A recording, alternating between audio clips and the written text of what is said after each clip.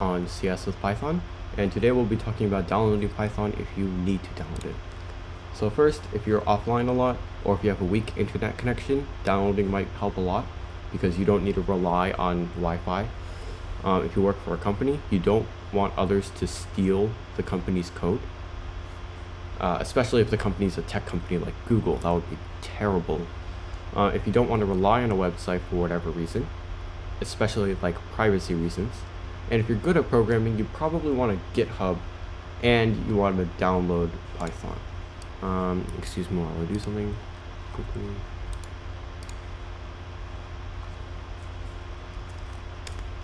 Okay, so if you're good at programming, you probably want a GitHub. You don't really need to know what that is, but I will go over how to do that in another lecture. If you don't have Mac, Windows, or Linux, you're probably out of luck.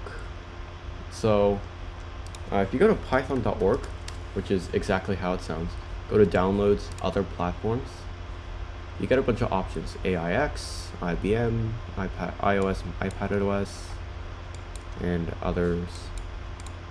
If you don't see your operating system here, it probably isn't okay with downloading Python. iOS and iPadOS achieve this through apps like Pythonista and Python, but you probably also don't want to have downloaded Python on your iPad or iPhone because typing things is a bit tricky on iOS and iPadOS with like autocorrect and auto capitalization, and it can get pretty hard. Doing it on the computer is astronomically easier than doing it on iOS, iPadOS, and all the mobile and tablets of the world. If you have an external keyboard, then that's fine. But yeah. And as for Linux, I'm actually not sure about this because Linux is not here, and you'll probably want to do whatever is here. In this case right now it leads to active Python, and you can download it and you can probably find something for your Linux system, because Linux has always been the Wild West of operating systems. If you do more with computer science, you will want one of these because then setting things up gets a lot easier. So if you have normal OS, so in this case Mac OS or Windows, I'm not sure about Linux, do as I do. So go to python.org, download. Now if you have Windows, choose this. If you have Mac, choose this. I have Mac. So the latest Python 3 release is Python 3.9.2.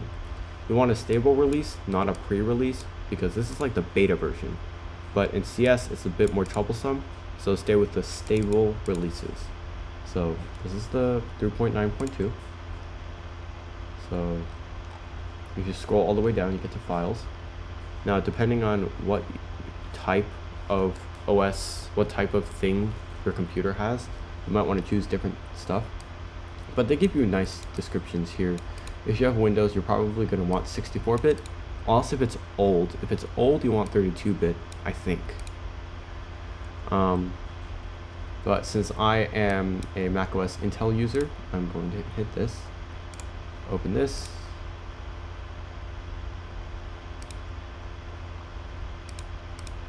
just press continue and agree. There's not really much choice about whether you can agree or not, but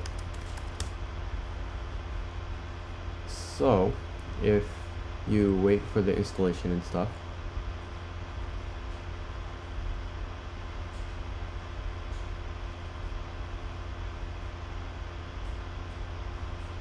then you get to this.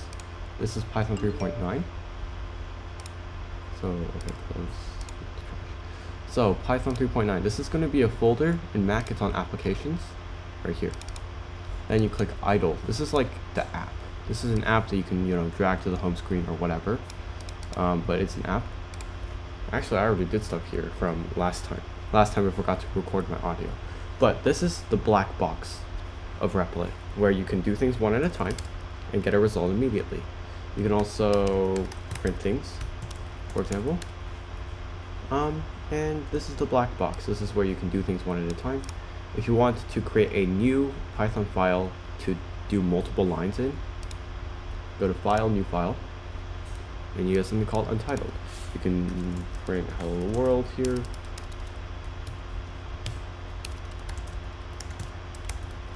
And if you press Run in this top part, Run module, and you press OK to save, because you want to save your Python program.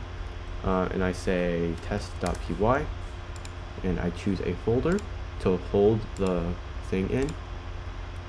Then, well, whatever. Then you get something here, and this is Hello World. So this is like the actual code window, and this is like the black box. And you can like alternate between them a little.